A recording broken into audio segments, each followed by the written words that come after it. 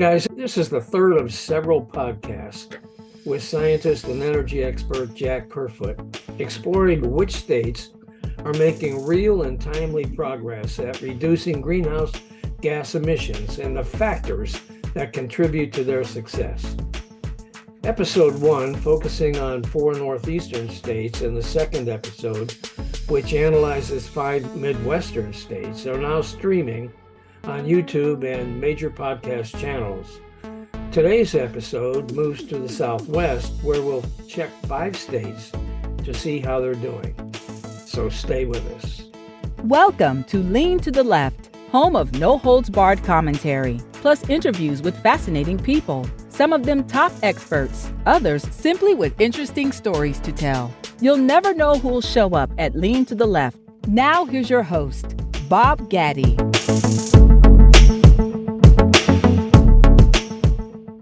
The type and power potential of renewable energy resources, wind, solar, hydropower, etc., varies significantly across our nation. States in the Great Plains have very strong and consistent winds, while states in the Southwest have an abundance of sunny days.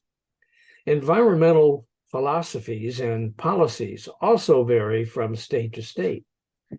Identifying which states are making real and timely progress at reducing greenhouse gas emissions is best done by comparing states in the same region of the country, which have similar renewable resource potential. Today, we'll contrast and compare 5 different states in the Southwest: Arkansas, Colorado, New Mexico, Oklahoma, and South Dakota. Each of these states have developed environmental policies that have produced very different results at reducing greenhouse gas emissions. Our guest expert, Jack Kerfoot, is a scientist, energy expert, and author of the book, Fueling America: An Insider's Journey. He began his career in the energy industry in 1976 when America was paralyzed by an oil embargo.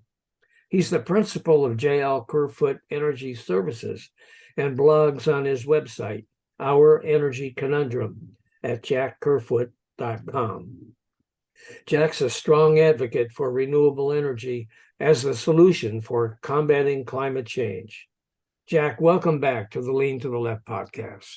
Bob, it's always a pleasure to be on your program. Thank you, my friend. How do we differentiate between states that are making real progress at reducing greenhouse gas emissions against states that are paper tigers at addressing climate change, Jack? Well, in my opinion, Bob, I think we have to look at, or what I specifically do, is look at 5 factors in making our assessment. First is, what is the renewable energy potential for the state or for the region? As you mentioned, the Great Plains or the Southwest have an abundance of strong and consistent winds, whereas regions like the Southeast have an abundance of sunny days. So the amount of renewable energy and the renewable energy resource potential is a very significant factor. The second is, number 2, what is the environmental standards? What is the state doing to support the reduction of greenhouse gas emissions?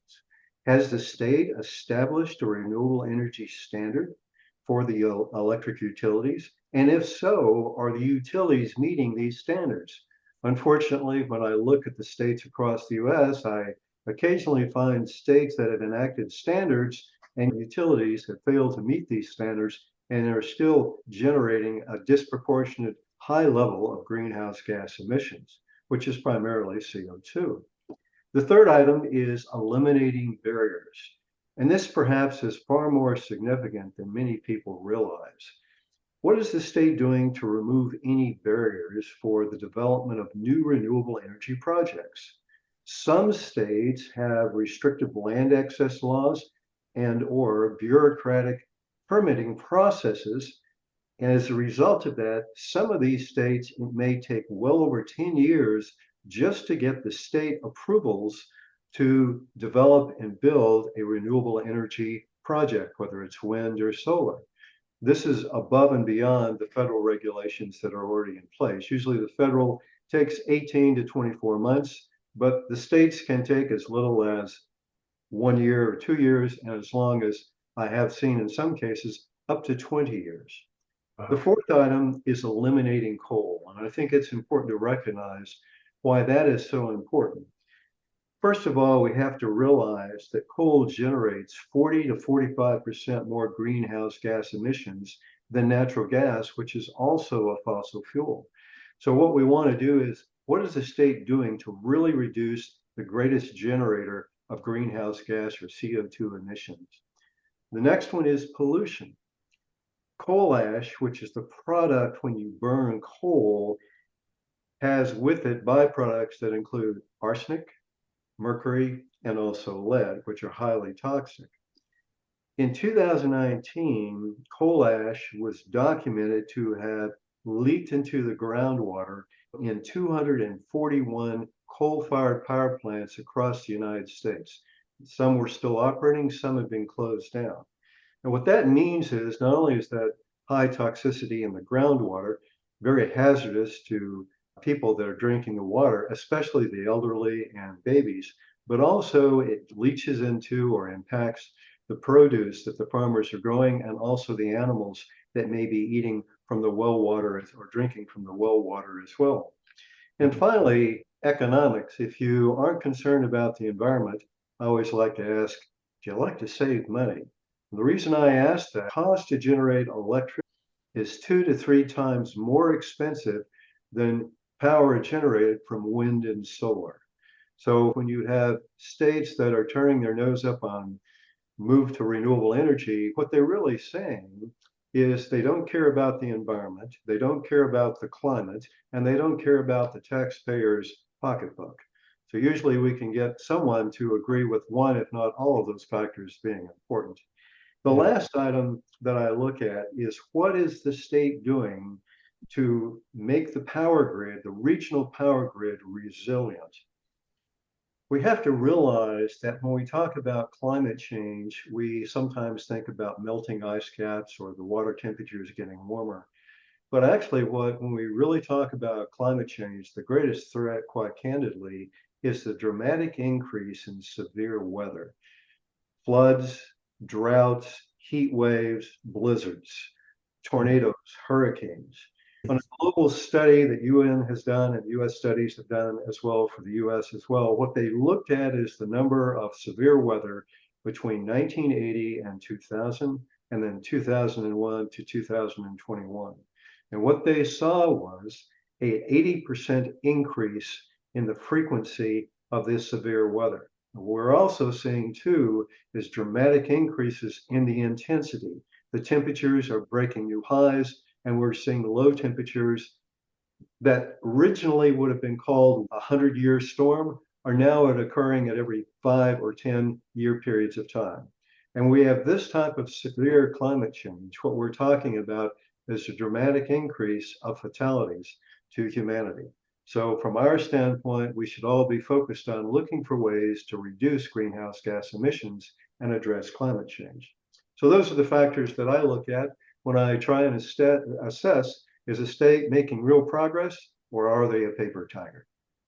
Okay, Jack, that's great. Let's move to the assessments of Arkansas, Colorado, New Mexico, Oklahoma, and South Dakota to determine which of these states are making real progress at addressing climate change. All right, if we start with Arkansas, going alphabetically, the nickname for the state of Arkansas is the natural state, which I think you'll find ironic when we look at how they are doing. Arkansas has a diverse range of renewable energy resources, including hydropower, solar, biomass, and wind.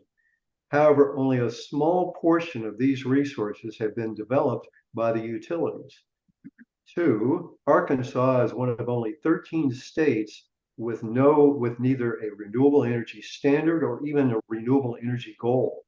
So in other words, utilities have no obligation to reduce greenhouse gas emissions, or from an economic standpoint, to save taxpayer voters money. In 2010, Arkansas used coal to generate 50% of their electricity. And this year, they're running about 15% of their power from coal. However, The utilities, the only thing they did was really just move from coal to natural gas because of economics, because natural gas at the time was very inexpensive.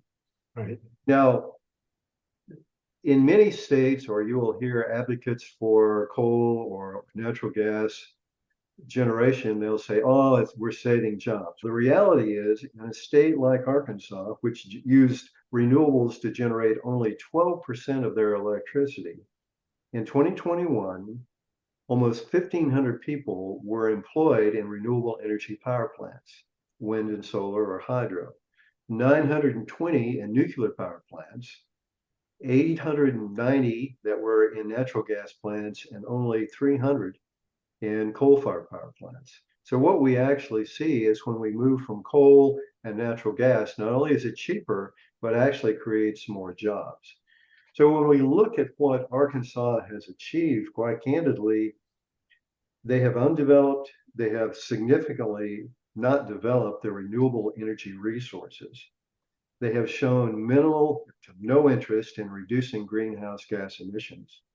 So when we look at it from this standpoint, they've shown no concern to their customers or to their voters, concerns about pollution, concerns about the environment, or concerns about the customer's pocketbook and saving them money.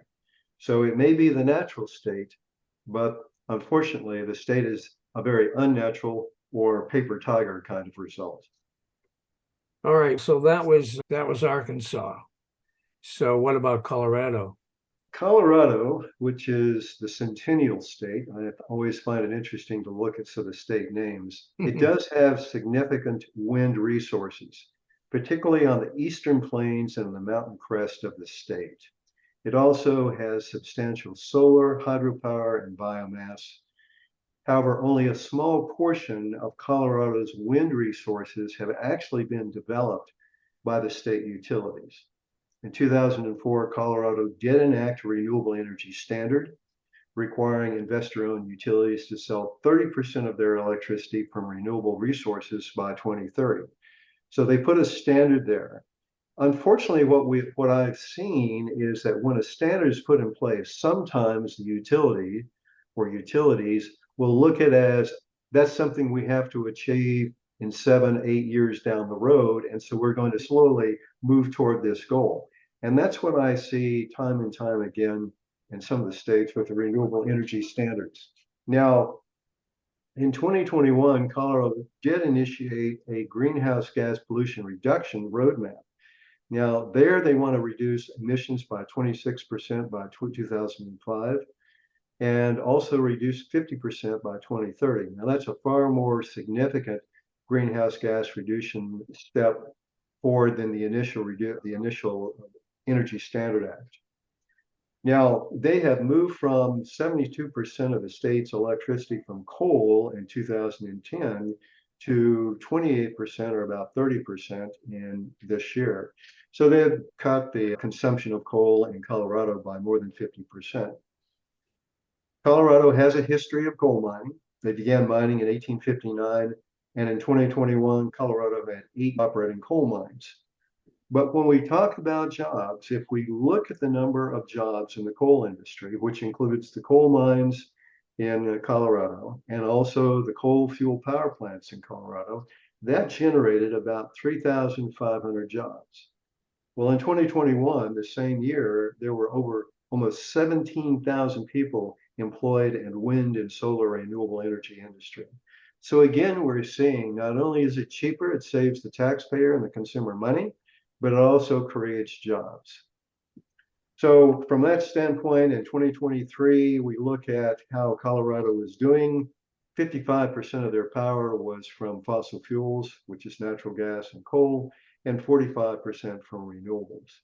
Now you can stand back and say they've had very positive states of reducing coal. They have started to develop their renewable energy.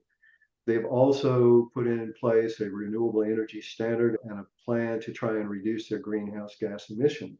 So you would say progress has been made. But when you compare them to 3 other states we're going to address next, New Mexico, Oklahoma, and South Dakota, you would have to say they've made progress, but much more action is required, especially for a state with so much renewable energy resource potential and also sparsely populated like Colorado. That's enchanting. So let's go to the land of enchantment, New Mexico, Jack. New Mexico, the land of enchantment. And from my standpoint, it is an enchanting story. New Mexico has been and has had a history over 100 years of coal mining and oil and gas exploration. In fact, many of the indigenous native populations were actually mining coal as far back as the 1600s because they saw it as a fuel source. So this is a state that has a long history of well over 100 years of fossil fuel generation and in their economy. Now, New Mexico, like Colorado, has strong winds and they're very consistent across the entire state. They also have solar and geothermal resource potential. In 2023, Colorado enacted a renewable portfolio standard, and they wanted the utility to sell at least 40% of their electricity from renewables by 2025 and 80% by 2040. So when we talk about New Mexico compared to Colorado, we can see the standards that New Mexico has put in place is far more onerous or stringent on the utilities than Colorado. In 2010, New Mexico used coal to generate 74% of their electricity, and this year, only 2% of their electricity was from coal. That is a dramatic cut in the use of coal. More importantly, in 2023, 65% of their electricity was generated from renewables, wind and solar, compared to 35% from fossil fuels, which is primarily natural gas and a small amount of coal. So we've gone from a state that was predominantly 15, 16, 17 years ago, a fossil fuel economy that was exporting fossil fuels and also powering their grid, to a state now that's predominantly green in their electricity generating. More importantly, what they're actually doing is expanding their grid to develop major high power transmission lines so they can bring in more renewable energy, and also to start developing this for export of green energy power to adjoining states, potentially as far west as California. So when we look at the history of New Mexico and recognize that they have transitioned or are transitioning from fossil fuel economy to a green energy economy, the renewable energy standard, where they are at 65% of their power is from renewable energy, this is a state that's made remarkable progress. And I would actually hold it up as an example to states like Kentucky and West Virginia that think that you have to maintain that fossil fuel economy regardless for jobs, because the jobs are in renewables. They're not in coal or natural gas or oil, because when the coal mine is mined out, no longer economic, it's closed. But as long as the wind is blowing and the sun is shining, you've got power generation and you've got jobs for people for life. Now we have to take a quick break here, but I'll be right back with more from Jack Kerfoot, especially talking about the impact of renewable energy on jobs.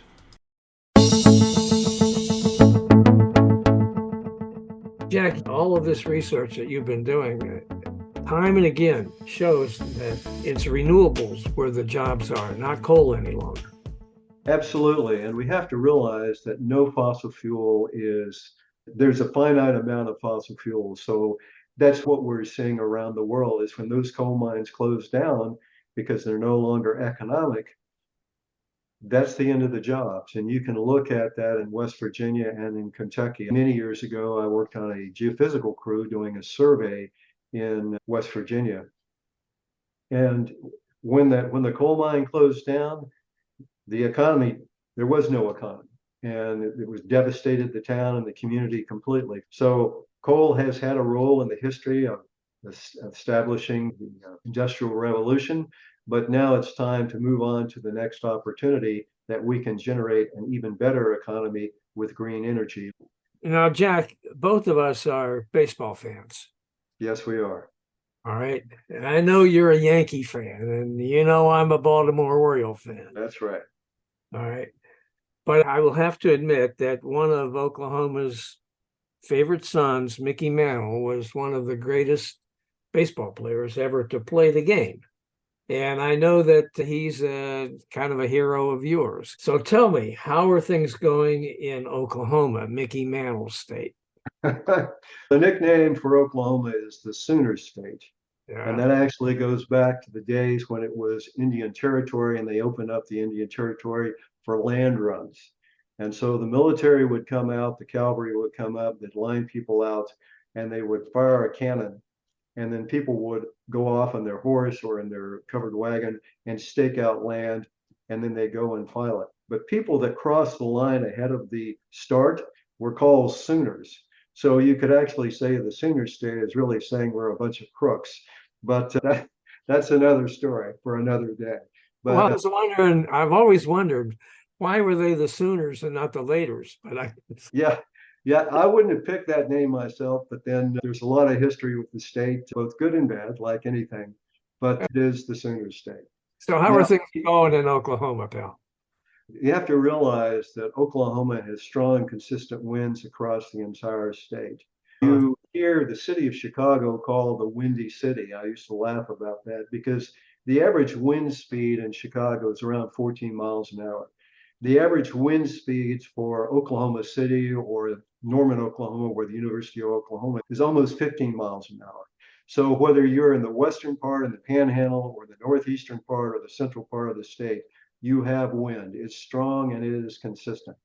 It wow. also has significant solar, also hydropower, and some biomass potential as well. So in 2010, they enacted a renewable energy goal to sell 15%, which is not mandatory whatsoever and no incentive at all for the utilities. However, what Oklahoma has is some very innovative utilities that understand the energy market. And what they saw was an opportunity to generate an industry from wind and ultimately and then moving into solar. So what we actually see is coal mining was also there. Oil and gas was there as the 1880s and 1890s before statehood. Wells were being drilled for gas and oil primarily is, like I say, the 1880s and 1890s. But the first commercial coal mine actually began in 1873.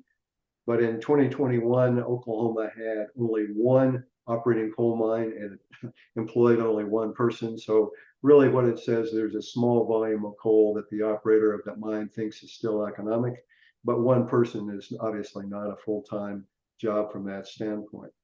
But when we look at the coal mining, we look at renewables in Oklahoma, what we find is renewable energy right now employs more than 3,500 people compared to 1,300 people for the lone coal mine and the coal-powered power plants in Oklahoma. So Oklahoma is clearly making the move from fossil fuels to renewable energy.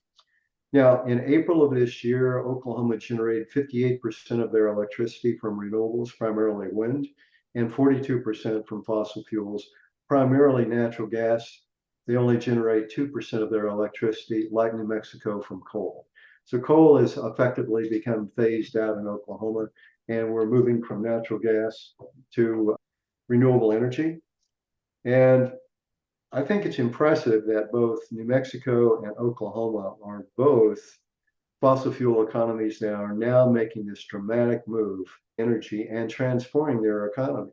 Now, admittedly, it's just a goal. It's not onerous at all or pushing the utilities. But when you realize that the amount of renewable energy from the state is 58% when the goal is 15%, that tells you that the people in the state of Oklahoma see the economic advantages of wind. What they see it is from the farmers, what they see as an opportunity, they get a royalty. They also see taxes that go to the state governments and to the schools, and they also see very cheap, inexpensive electricity. Their cost of electricity is around 10 cents per kilowatt hour, whereas the average cost of electricity across the US right now is around 16 cents per kilowatt hour. So here's this that sees an economic opportunity. They understand energy, and so they're moving from oil and gas and coal to renewable energy. So to me, that's progress.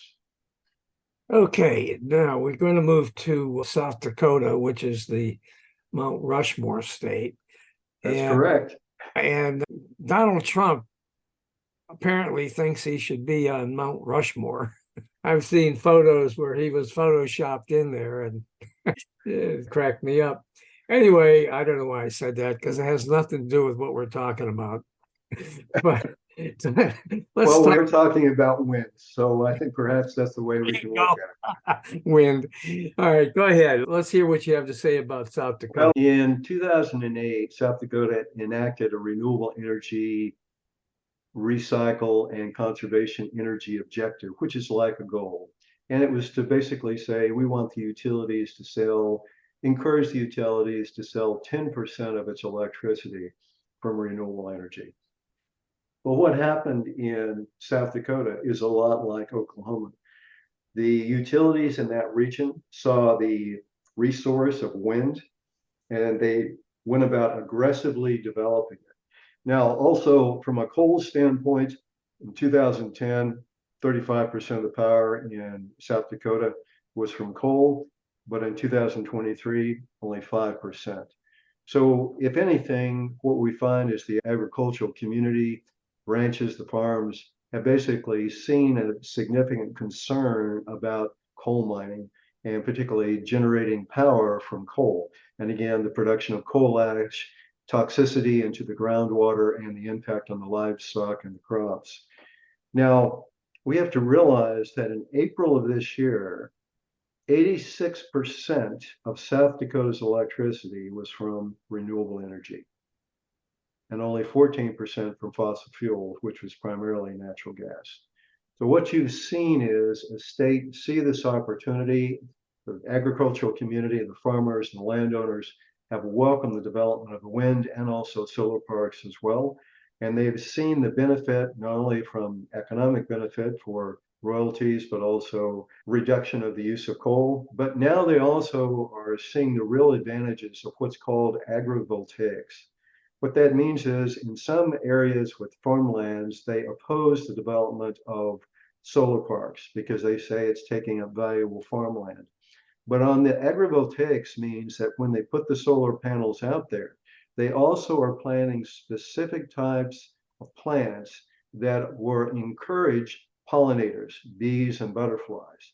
Now, pollinators have been on a steady decline, and the people at the Department of Agriculture has been concerned about that, as they are about the loss of pollinators in Europe and other places around the world, because without those, it says that your production from the crops actually diminishes over time. So as they've seen in the US and in Europe, they've seen that agrivoltaics has increased the productivity of the actual lands around there. So they are supportive of the solar projects, they're supportive of wind. And I expect that South Dakota will be at or very near 100% renewable energy for all their power generation by 2030. So to me, that's real progress. That's for sure. Now, what can we learn, Jack, from the energy policies of these 5 states in the Southwest? You see, these 5 states I find are very interesting in the fact that we had 2 states, Colorado and New Mexico, that have mandated renewable energy standards. 2 states, Oklahoma and South Dakota, only had renewable energy goals, and Arkansas had nothing. They had neither a goal nor even an objective. So what we can say is the states have made the most progress, which would be South Dakota, New Mexico, and Oklahoma. Really only one of those had a standard, the other 2 had goals. So the one with the standard is making progress, but the reality is the driving force in those 3 states are the utilities. There's a lot of competition in those areas to generate and take advantage of this renewable energy resource and turn it into a booming economy selling green energy. You have to realize that a state, let's say like California, imports over 25% of its power out of state, some from Mexico, from Oregon, from Washington, some from Montana, and now the other states are looking at an opportunity to sell this green energy power to California and other states, lower cost, and also generate a booming economy for their state as well. Now, when we look at Oklahoma and South Dakota, what we see is just renewable energy objectives, but we see in utilities and also the agricultural community and the landowners have welcomed the economic opportunities from renewable energy. So Some people think that you need a renewable energy standard to make real progress. The reality is that will work in some cases, but when you've got entrepreneurial, energetic utilities and competition, that can sometimes accelerate the move faster than even a standard. Jack, how would you summarize the progress in these states at reducing greenhouse gas emissions and addressing climate change? How are they doing? Well, and let's start with Arkansas. And what I have to say is neither Arkansas legislators nor the utilities have shown any interest at saving taxpayers' money, reducing pollution, or addressing climate change. So if I'm in Arkansas and I'm voting at the election, I'm going to be paying close attention to who wants to see who can save me money, who can reduce pollution, and who can address climate change. And if they're not interested, then I'm going to look for someone else. When we look at Colorado, I can say that they have made real progress in moving to renewables, but compared to New Mexico, South Dakota, and Oklahoma, they haven't developed the resources in their state to the degree that those three states have. So from my standpoint, they've made progress, but they can certainly accelerate that progress given the resource potential for the state. Now, for New Mexico and Oklahoma, I think that's a special progress label for one reason, that they're moving from fossil fuel economy to a renewable energy economy at a very rapid pace. And so from that standpoint, I think sometimes states or regions can be held up by resistance to change. They've welcomed the change and they're making real progress for the climate, the environment, and for the people there, saving their money. In the case of South Dakota, all I can say is well done. I think they'll be 100% or very close to it within the next 6 or 7 years of green energy. And they've done a remarkable job, and other states should look to South Dakota as an example of what to do. Well, that's incredible. So what are your final thoughts about all of this, Jack? From my standpoint, it is easy to hear a lot of noise and say, we don't like this, we don't like this. I hear some people say, I like solar, but I don't like wind, or I like wind and I don't like solar. I don't like this, I don't like that. My comment would be the clock is ticking to address climate change. So it's important that we look at how do we make the most significant impact at reducing the total greenhouse gas emission, so we don't continue to see this dramatic increase in severe weather and the loss of life that we're seeing from this severe weather, whether it's forest fires, whether it's blizzards, whether it's heat domes. We need to take action, and we need to take action now. And my last comment would be, I hope your followers will tune in and when we take a look at the Southeastern US with some other interesting examples of 5 different states. Okay, great. Jack, I just wanted to ask you this. We're seeing now this horrible, devastating situation that's occurred in Hawaii. What does that tell us in terms of what's going on with respect to greenhouse gases and climate change? What's interesting is if you talk to arborists around the world, and we have quite a few history in Pacific Northwest with timber and lumber from that standpoint. But when I talk to arborists, what they tell me is the temperature changes that we're seeing and the changing in precipitation, that trees that they would have recommended planting 20 years ago or 30 years ago, they wouldn't recommend. They need more trees that can survive in extreme weather conditions. So what we're having now is periods of extended drought or extended periods with no rainfall at all, which means that you are more susceptible to forest fires. There are major forest fires that they have now in Australia, which I've never seen before. Now we're seeing in Hawaii, which is almost unheard of. You think of Hawaii, you think, oh, it's tropical, it will be raining. And the only thing I have to worry about is when I go to Hawaii is whether to find a time when it's not raining. No, we're seeing more extremes from that standpoint.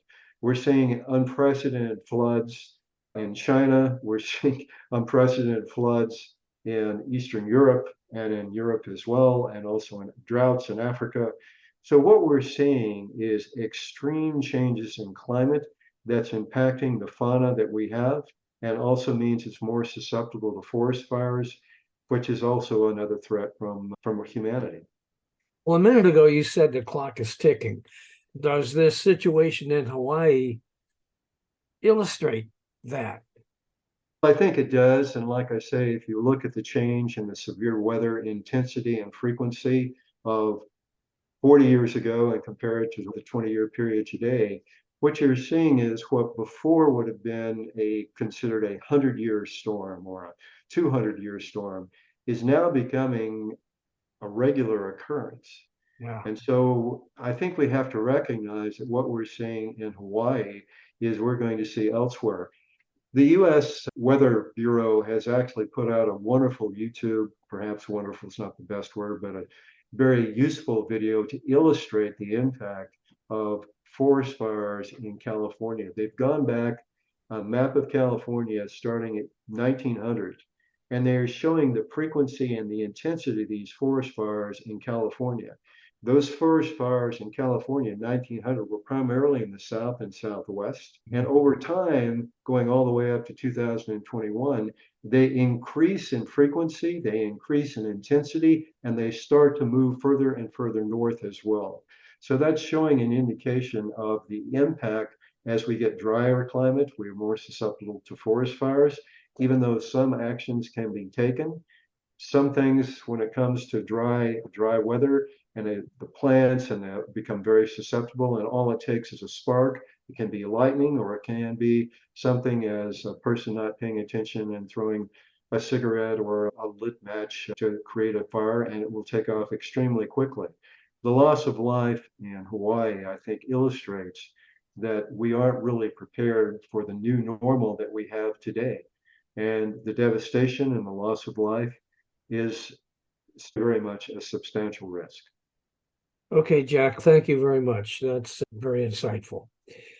I appreciate it.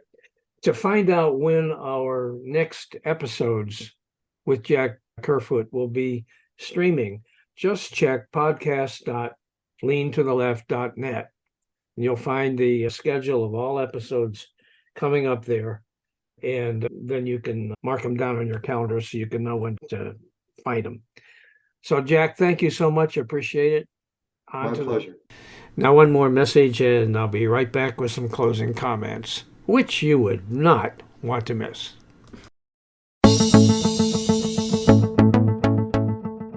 Hey, guys, thanks for listening. Hope you enjoyed this podcast and that you'll come back on a regular basis and check out our interviews with guests on topics that I hope you find interesting, entertaining, and enlightening. Our episodes stream weekly, every Monday.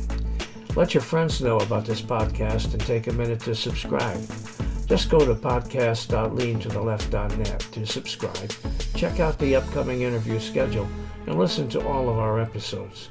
And follow us on social media. Facebook at the Lean to the Left Podcast, Twitter at Lean to the Left 1, Instagram at BobGaddy_Lean to the Left, and TikTok at Lean to the Left. And you can watch the episodes at YouTube at Lean to the Left. And don't forget to visit our blog site, leantotheleft.net, where you'll find commentary on the news by some excellent writers with progressive perspectives on a whole range of topics. You can sign up as a member there, and of course, it's all free. Now, this is Bob Gaddy signing off for Lean to the Left. Thanks for sharing your time with us.